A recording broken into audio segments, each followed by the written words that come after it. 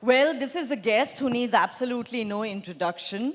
She is an icon in this country, Union Minister for Women and Child Development and Minority Affairs, and if I may add, the giant killer of 2019. Okay, let me ask the Minister this question. Since we are discussing today Nari Shakti and driving Mission Viksit Bharat, you know, the Prime Minister is a major votary of Nari Shakti and it's very close to your heart as well. He took a very progressive step of inducting, correct me if I'm wrong, 11 women in his Council of Ministers. One of them is in the highly coveted Cabinet Committee on Security. But unfortunately, we do not see this level of women's participation at the state level. You will agree that if India has to take the next giant global leap, we need to unlock women's power. How do we do that? I think you do a great disservice to women when you presume that power is only if you're in a constitutional position. India has made an economic and a political case for why women need to be shoulder to shoulder with men or any other gender. The topic of conversation on your platform is what India thinks today. In fact, what India does today, the world does tomorrow. And what India has done significantly for gender is make a case for women who are emancipated across all walks of life.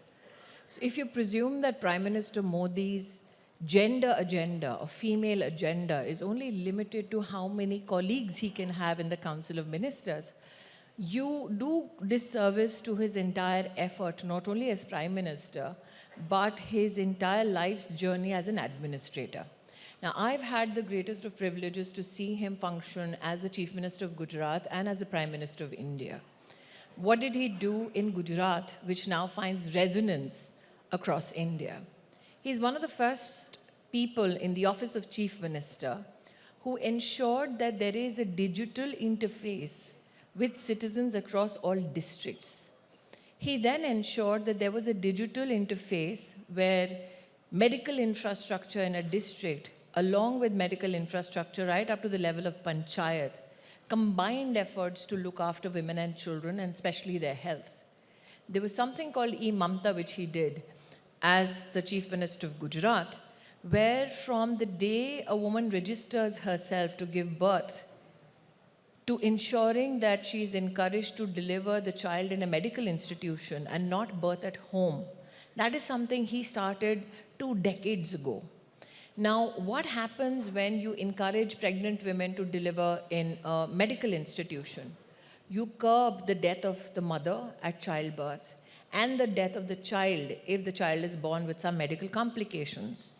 Now, many people presume that Prime Minister Modi at the national front is now doing projects like Pradhan Mantri Matra Vandana Yojana, wherein 3.5 crore women have had cash transfers into their bank accounts up to the level of 6,000 rupees, only so that the day they take leave to go and see a doctor is compensated. Now imagine the detail to which he went, so that if women who are economically active want to look after their health, they should be compensated and institutional delivery should be promoted even at the national level. So what he did in the state today finds national success. Now, why am I giving this context, Neha? What happens? Who gets counted? The world over, only women in institutional leadership positions get counted, as though only their success matters. What Prime Minister Modi has done is ensure women at every walk of life, in every platform, are counted. Now, when he was Chief Minister of Gujarat, he started something called Mission Mangalam, where he ensured that self-help groups in Gujarat had a business plan, had institutional credit, and serviced that credit so that their capacity financially could grow.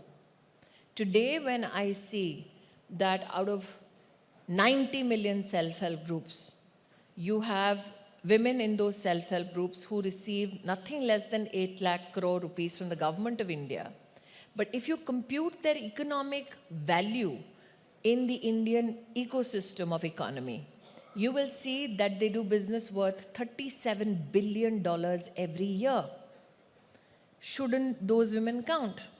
So when Prime Minister Modi says that these 90 million women in self-help groups matter, There are many who've still not done the math of the rural economy impact that these women have. Now imagine this, for the first time we have a Prime Minister who says that these women have capacity to become lakpatis. The nomenclature itself is not gendered. It favors a man. It's a lakpati. So he talks about financial ambition. Women were always spoken about from an aspirational and emancipation point of view as though they are waiting to be rescued. What Prime Minister Modi has done is make them equal partners in your economy. So I know that people who introduced this segment spoke about a lady who is leading road building efforts in the Indian Armed Forces at the line of actual control. But you also have not heard the story of, for the first time, Prime Minister Modi ensuring that the Labour Code allows companies to hire women for underground mining. So those are the stories that need to be told, because these women at leadership positions in underground mining, in space technology, matter. So yes, what the women in the Council of Ministers is just a political reflection, but the reality of what Prime Minister Modi has managed to do at the grassroots is enormous, and that's why I'm hopeful that what Prime Minister Modi in India has done today, the world should do tomorrow. And I say this because we have created that platform even during India's presidency at the G20. I'm sorry I'm taking so long, but I wanted to give context.